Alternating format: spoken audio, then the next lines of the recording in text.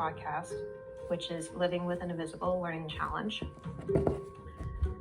I would like to tell you about a nonprofit that I use for my research for this podcast. It is called the NVLD Project, and I use their blog for my research.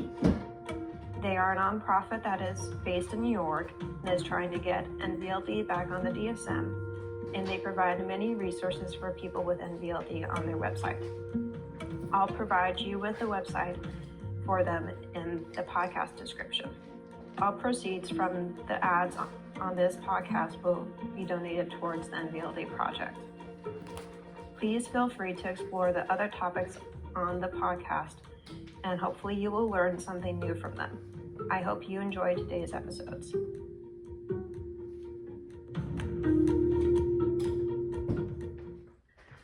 All right, so today's interview will be an interview with me and Barbara Arrowsmith Young.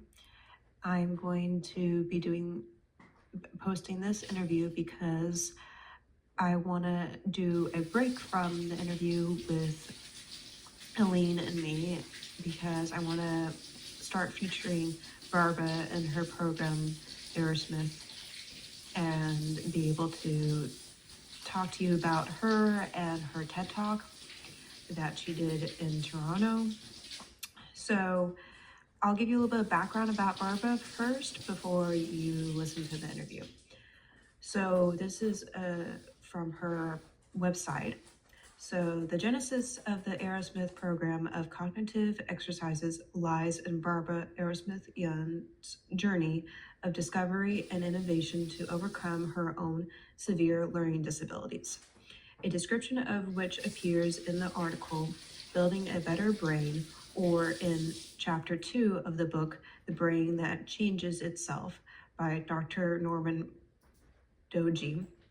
Diagnosed in the grade 1 as having a mental block, which today would have been identified as multiple learning disabilities, she read and wrote everything backwards, had trouble processing concepts and language, continuously got lost, and was physically uncoordinated.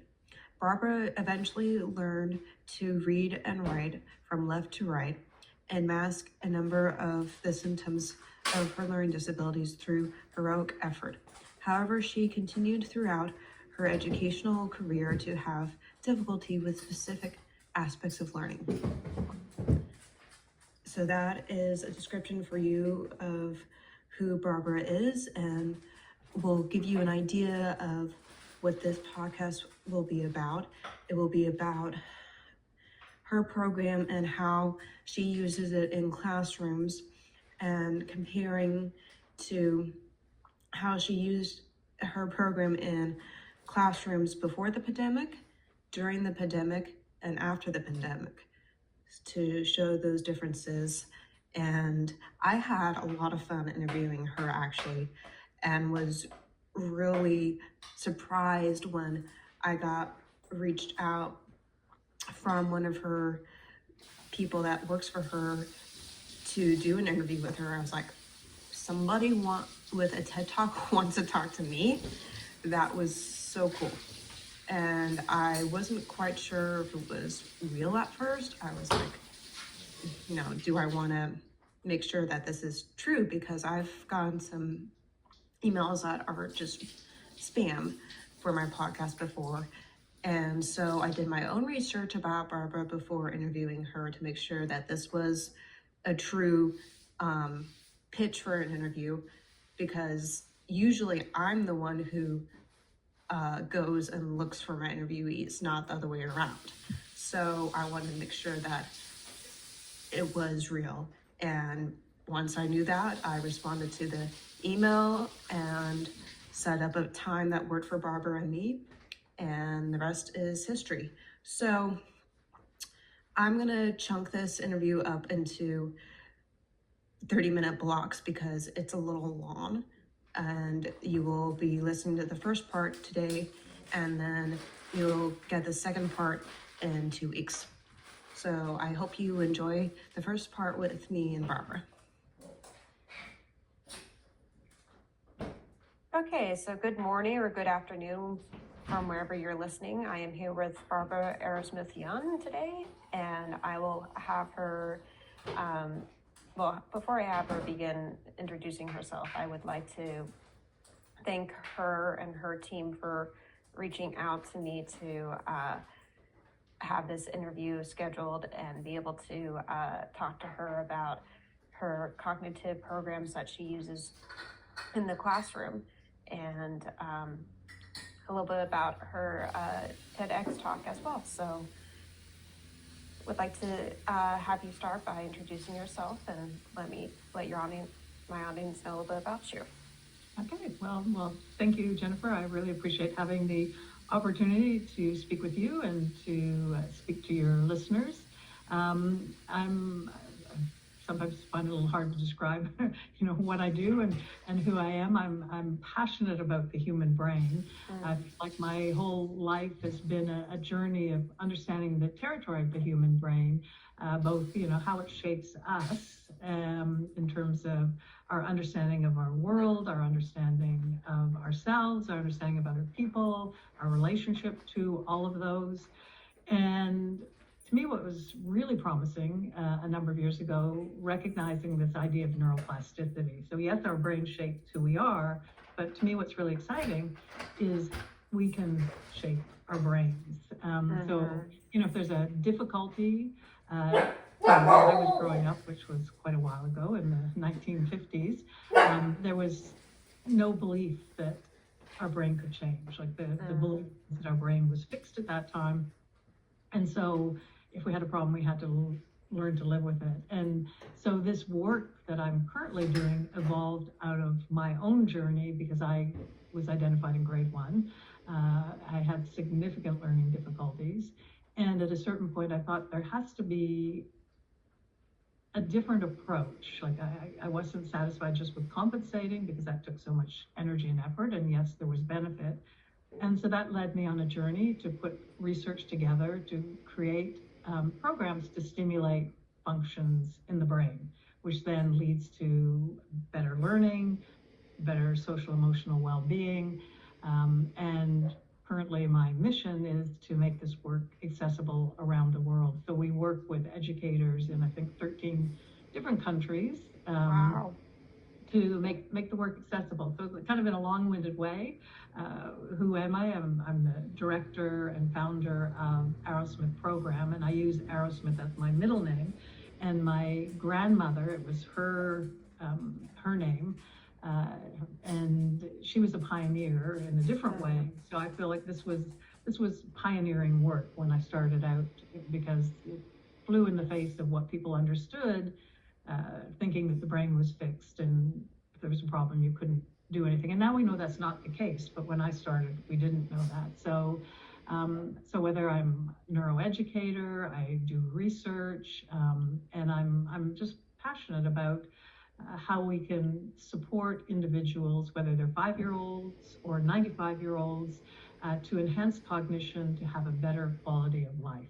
So that's who I am. That sounds wonderful. I'm also very passionate about research and how it can help people with learning challenges, just like with you, no matter what age they are. And maybe you can tell me a little bit more about neuroplasticity and how you heard about it.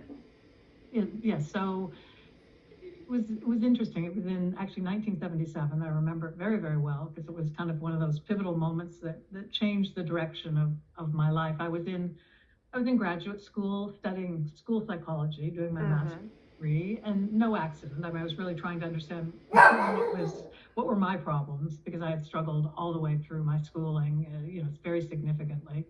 And so someone handed me a book in that summer when I was at graduate school called The Man with the Shadow. And this told the story of a Russian soldier who in World War II had a very localized brain injury due to shrapnel in his brain. And this book was this Russian soldier, Leo Vyzhyzhetsky, telling his story of kind of what were his struggles, what could he no longer do.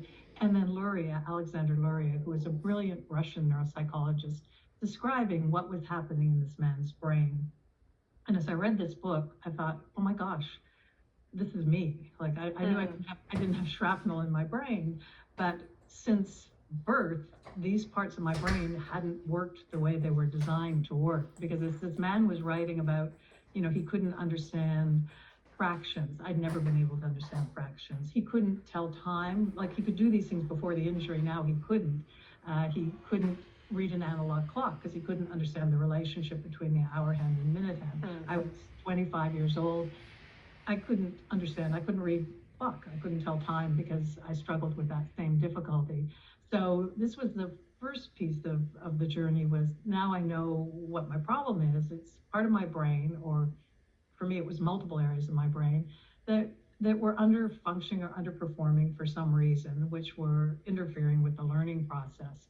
So I thought, okay, now I know what the problem is, but what do I do about it? And this is where, at the same time, came across research coming out of Berkeley, Mark Rosenzweig's work with rats. And what he demonstrated was that rats have neuroplasticity. So he put rats in a really enriched environment, lots of toys to play with, things to climb over, exercise wheels.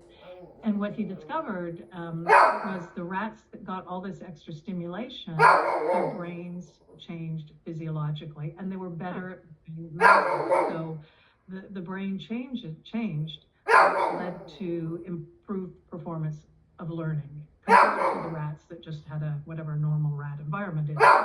And that's when the light bulbs went off for me. I thought, okay, if rats have neuroplasticity, surely humans must have neuroplasticity. And at that time, again, this was 1977, I went to my professors. I said, hey, I think I understand what my challenges are because I was really struggling. And I think it's, my brain. And I think maybe I can do something about it.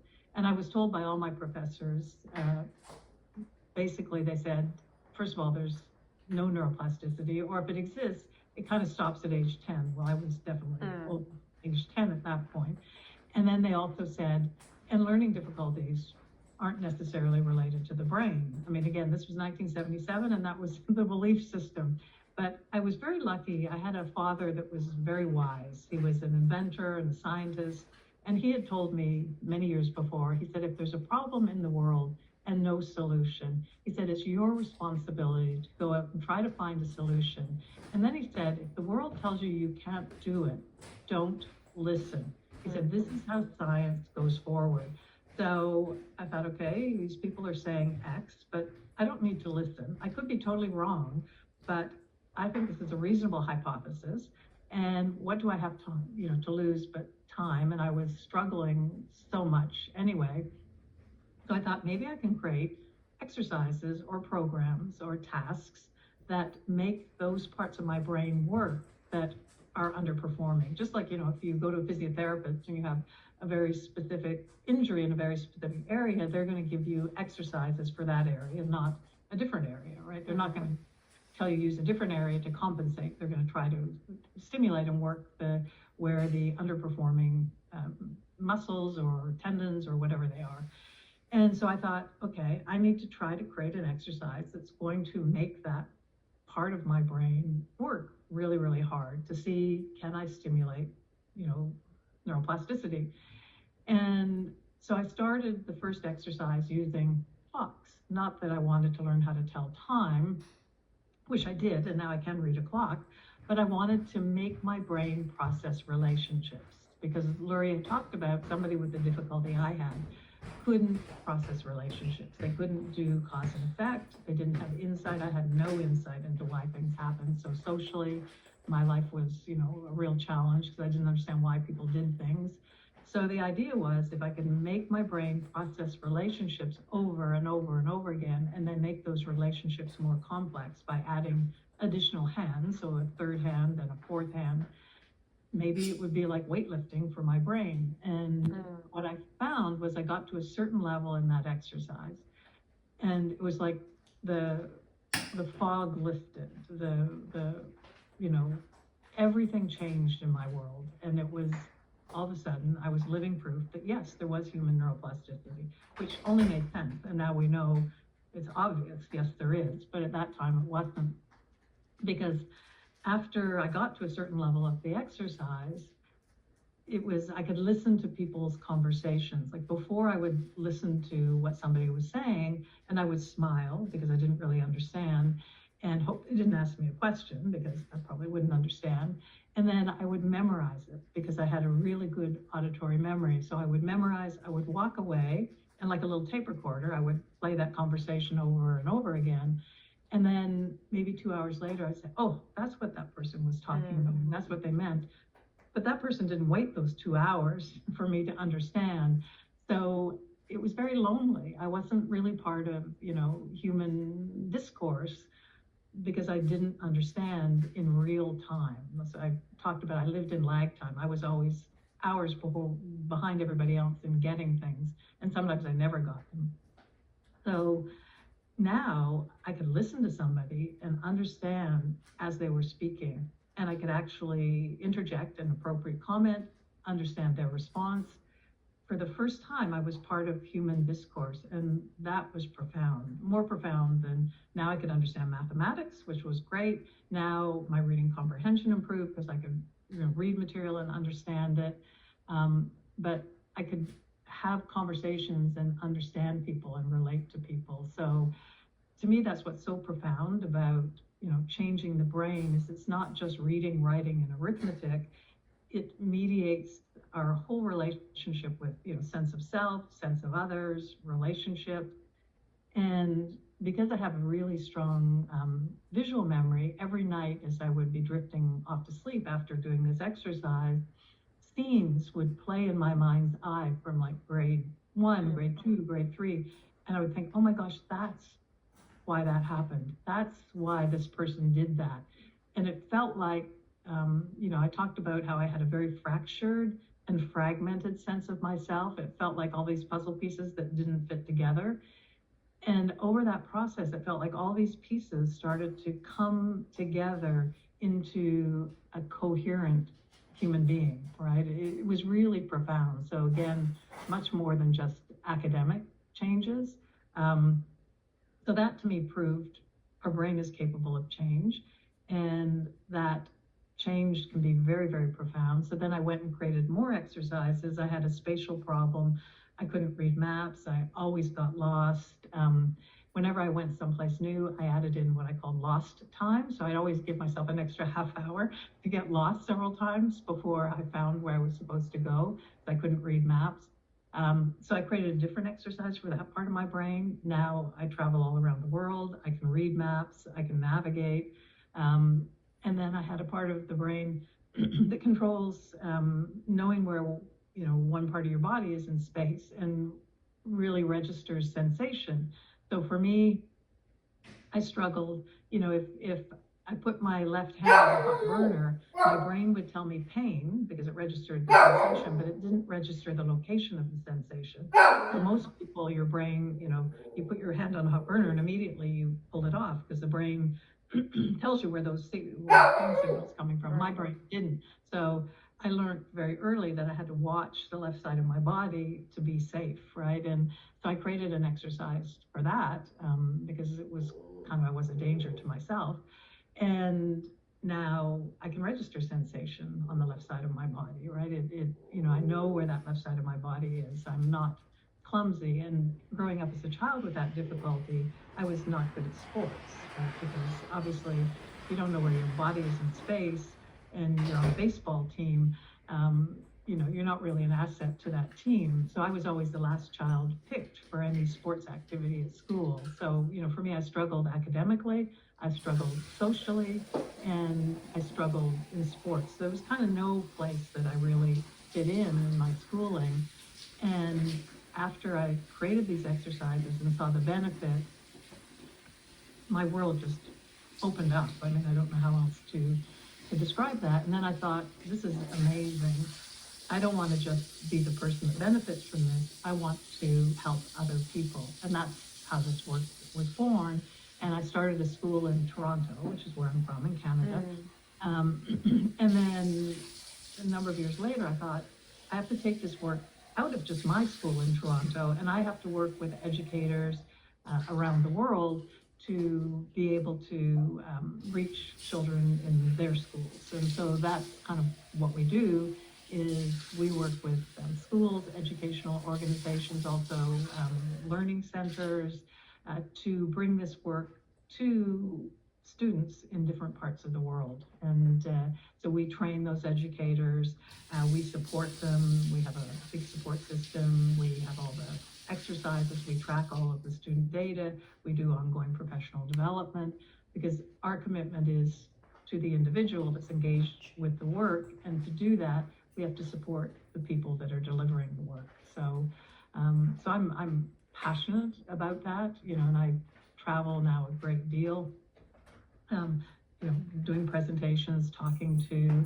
schools, talking to educators. Really, yes, I just want to make this work accessible everywhere, to help, you know, individuals like me that struggle, and it can help individuals beyond just learning difficulties. We now are working in regular classrooms in schools, not students that are not identified as having learning difficulties, and we're seeing improvements in cognition. If we can stimulate the brain and improve cognition, it improves learning and social emotional well-being, whether one has a learning difficulty or not. Of course. So that's, yes, and to me, this idea of neuroplasticity, which just means our brain is capable of change, and it can change both in positive ways, and it can also change in negative ways. You know, the positive ways are the things that we want to focus on, and the things that change it negatively are the things we want to reduce, like stress, you know, chronic stress, you know, so like meditation, gratitude. You know, there's research to show even doing 5 minutes of gratitude a day reduces cortisol, reduces stress, getting good sleep, good nutrition, good exercise. All the things that we know that are healthy for our body are also healthy for our brain. So I just think we need to be good stewards of our brain health. I definitely agree with you on that. When you were talking about your experience with your academics and social situations and your challenges, I can definitely relate to all of those, because I have NLD, or nonverbal learning disability, and I also have challenges with social situations and understanding those, and I never was good at math. I had to have many tutors to get better at math, and I also have a visual spatial problem where when I'm driving, like you with the maps, I always get lost, so I can relate to that lost time. Even if I use a GPS, you know, I still somehow get lost. So I can definitely relate to that. And I'm glad that you didn't listen to your professors in college, and that you were able to create programs for you and for other people. You were already going into this a little bit when you were talking about the programs you use in the classrooms, but maybe you can explain kind of what the programs are about, and usually how long they run. Sure. So we have multiple ways to deliver the work, because what I do is when I go out and talk to people around the world, I listen very deeply to what will work in their environment. So one of the models is exactly what you're talking about, is in the classroom, where the students 30 minutes a day, 5 days a week, are working on one cognitive exercise. So just like, you know, they have a 30-minute period to do reading, or a 30-minute period to do math, they do a 30-minute period on a cognitive program. And what I've designed is programs that I believe are developmentally appropriate for that grade. So in grade 1, you know, students have to learn how to write. You know, and so, you know, that motor planning to make writing automatic, and it's also motor planning in the eye and eye tracking for reading. So we have a program for that, and we've done a lot of research showing, you know, students that are engaged in that exercise versus students that are not improve in their written accuracy, their written fluency, their speed of writing, being able to copy, you know, text or copy from the blackboard, all of that. So, you know, you see these students 30 minutes a day, they pull out their exercise, and this is because it's motoric and involving the writing process. It involves, some writing patterns that they're learning automatically that are stimulating that part of the brain. Then in grade 2, we move into a different exercise that's related to visual memory for symbol patterns, because in grade 2, they start to really learn how to read, learn how to spell. And so this is the part of the brain that, if you think of the word cat, you close your eyes, can you see that word cat almost like on a blackboard in your mind's eye? So that's that part of the brain that holds visual symbol patterns. And if we enhance that, reading becomes easier, spelling becomes easier, any kind of visual memory learning. So even learning math formula, chemical equations, because it's almost like a snapshot that a camera takes and holds and then retains, so you can build on the next symbol pattern that you're learning. So we have an exercise there that the students do, again, 30 minutes a day in their classroom, and this one is a computer-based program. So we have, I think, 40 plus languages that are built into the program. Wow. Because we want to use different symbol patterns. If we used English, students could put meaning to it, they could put sound to it. The idea with the cognitive exercise is we want to take away familiarity, right? Because if there's familiarity, they can use other parts of the brain to compensate for that area. So if you use novel symbols, they can't put sound to it, they can't put meaning to it. And we have the whole process that the students start with fairly simple symbols, going to very complex symbols, and they have a process where they go through that they have to visually memorize them. And by the end of that program, the students can look at a word, close their eyes, visualize it. Like they can learn spelling patterns, reading patterns, and again, we have lots of research showing that. Because the idea is we're not teaching a skill, we're not teaching content, we're exercising the brain to strengthen it, to then be able to learn the skill or the content. So it's kind of going under the learning process to provide the cognitive substrates to support the learning process. And then in grade 3, I think we have a program for numeracy and quantification, understanding number, really, really important for numeracy. So again, 30 minutes a day, the students work on that. Grade 4, we go into reasoning. So each grade, these students just 30 minutes a day, and it's just a normal part of their curriculum. And what I really like about that model is we know in every single classroom there will be some students with learning difficulties, right? But given everybody's doing the cognitive exercise, there's no stigma. It's just the idea that it's just normal. We can enhance cognition. So we're all doing this, in the classroom together. And so it removes that stigma, because there's still, my experience is there's still stigma out there, attached to somebody having a learning difficulty, which makes me very sad, but Yeah. it is where we are. And this removes it because, we go to school to learn, and we learn with our brain. So let's stimulate our brain as we're learning to make the learning process more efficient, more fun, more enjoyable. So that's sort of the process. So that's one model that we're doing, and we're doing research showing students that are engaged in that model significantly improve on cognitive domains like processing speed, selective attention, as I said, written output, compared to students that aren't doing those. So we've got research with, control groups. And then we have models, for some students that need more work, right? That may have, multiple areas of learning difficulty like I did. So then we have a cognitive classroom that operates in the school. It's going all day with a teacher that's trained in that classroom, and students come in and out over the course of the day. So there could be students from grade 1 to grade 8 in that classroom at the same time, because they're all in there working on their own cognitive programs. And it becomes like that one room schoolhouse kind of concept, and it's really quite lovely. And they come in and out as they need, right? So a student might be in just for one additional period, they might be in for 2 additional periods, and then they're back in the rest of the day in their regular classroom. And the idea is, as they're strengthening their brain, might take 1 year, 2 years, 3 years. It really depends on what we're working on and the number of cognitive areas.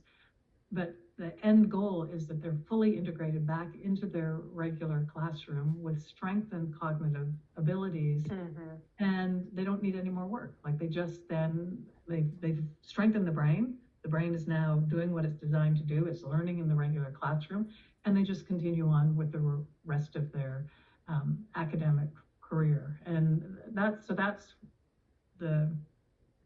the models that I would like to see in schools everywhere, that there are those two models working simultaneously. Every child benefits in the regular classroom, and the children that need a bit more exposure have that opportunity in the cognitive classroom, and they just kind of flow nicely back and forth as required. And then COVID hit, right, a few years ago, and schools shut down around the world. Like, our program was all in person. Like, the children were coming to schools in different countries, different cities, and all of a sudden the doors were closed. So what did we do? Because we had these students all around the world that needed to have access to the program. So we worked, our software developers, and within 3 weeks we had a version that could be delivered online. And we've certainly, I know, it was pretty amazing. But we've worked, we were working flat out, and we've worked since then to refine and improve, our online delivery.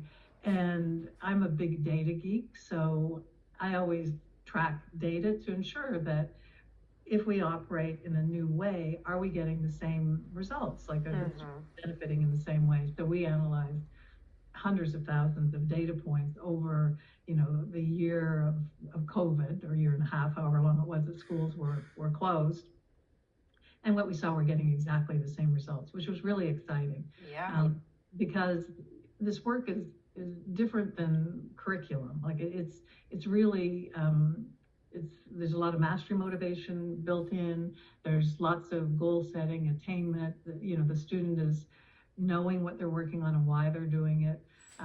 So to me, that was really encouraging. And when we saw that, we felt confident that we can continue. Once schools went back in person, we could continue to also offer the online virtual classroom model. And again, now that makes it accessible to students that live in a city where the program doesn't exist physically. So again, it's my commitment to make this work accessible, is to keep, developing delivery models that will reach more individuals who can benefit from, from this work. So that's what I'm excited about, and getting the same quality of results. And we work with researchers both in Madrid and Spain, in Canada and the United States, looking at the outcomes. We just analyzed data from the last 2 summer programs that we have, so last year and the year before, and seeing really significant cognitive changes like working memory, all sorts of executive function measures, also an emotional intelligence. So mood, we use the intermediate mood scale. Individuals' mood improves because they feel better about themselves, because they function more effectively in the world. I certainly know for myself, my parents could say, wow, you're an amazing person, we love you. But I would walk into that classroom and the feedback was very different, or my experience was very different. I could look around the classroom and see other people learning how to read, learning how to write, learning how to do mathematics, learning how to understand things, learning how to have friends. And I just sat there confused, right? So, so that's my passion, is really making this work accessible. So, people can have a positive, not just a positive learning experience in school, but throughout life, and relationships. And I think more compassion, maybe, like, if we can understand how we operate, and understand that, we can change cognition, we can have more compassion for ourselves and compassion for other people. Of course, that makes sense to me. I wish I had those programs when I was in school. I think it would have been easier for me to get through it, because I was also very lonely, and it was hard for me to do sports as well, and trying to like I said earlier, trying to do well with writing and math. I remember crying a lot and just like, why isn't this making sense? It sounds very familiar. I spent a lot of time crying too, right? Yeah. I also want to mention to you that I just launched my podcast swag on Wednesday of this week and have a page for it on my website. And I will also send you the link to it in the podcast description. And I will also send it to you in the newsletter that I usually send out on Fridays. I am now selling t-shirts, water bottles, and a backpack, and they all have the podcast logo and title on it and the tagline. So I'm looking forward to watching the sales and seeing who buys them, and spreading the word more about my podcast. And today I am very excited to announce that BetterHelp is now sponsoring this podcast. I have had 7 years of therapy, so I know it can help change your life if you not only let it, but work on the personal goals that you set with your therapist. Without a healthy mind, being truly happy and at peace is hard. The good news is therapy works. But what is therapy exactly? It's whatever you want it to be. Maybe you're not feeling motivated right now and would like some tools to help. Or maybe you're feeling insecure in relationships at work, not dealing well with stress. Whatever you need, it's time to stop being ashamed of normal human struggles and start feeling better, because you deserve to be happy. And now you don't have to worry about finding an in-person therapist near you to help. BetterHelp is customized online therapy that offers video, phone, and even live chat sessions with your therapist, so you don't have to see anyone on camera if you don't want to.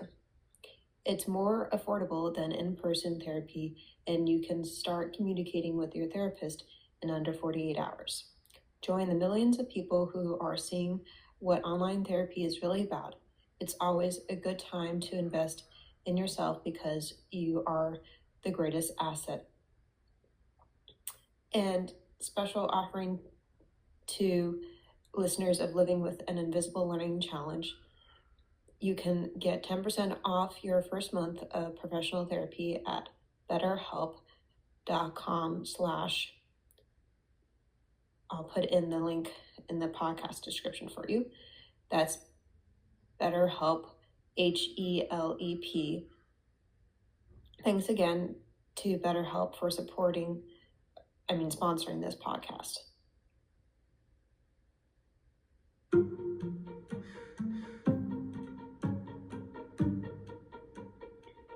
As I wrap up, there are some things I would like to share with you.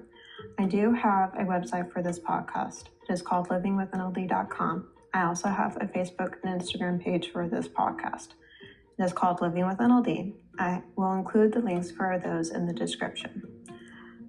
In conclusion, I would like to hear from my audience. If you know individuals with NLD that I could interview for this podcast, please email me at livingwithnld@gmail.com. What are you interested in learning about NLD? I know I'm not an expert, but I do know I have the living experience of having it. I would like you to practice journaling about your gifts and differences. Also see if there is a way that you can make that difference become easier for you to do than originally it was. Thank you for listening today, and please go to my YouTube channel and subscribe to it. Thank you. Bye.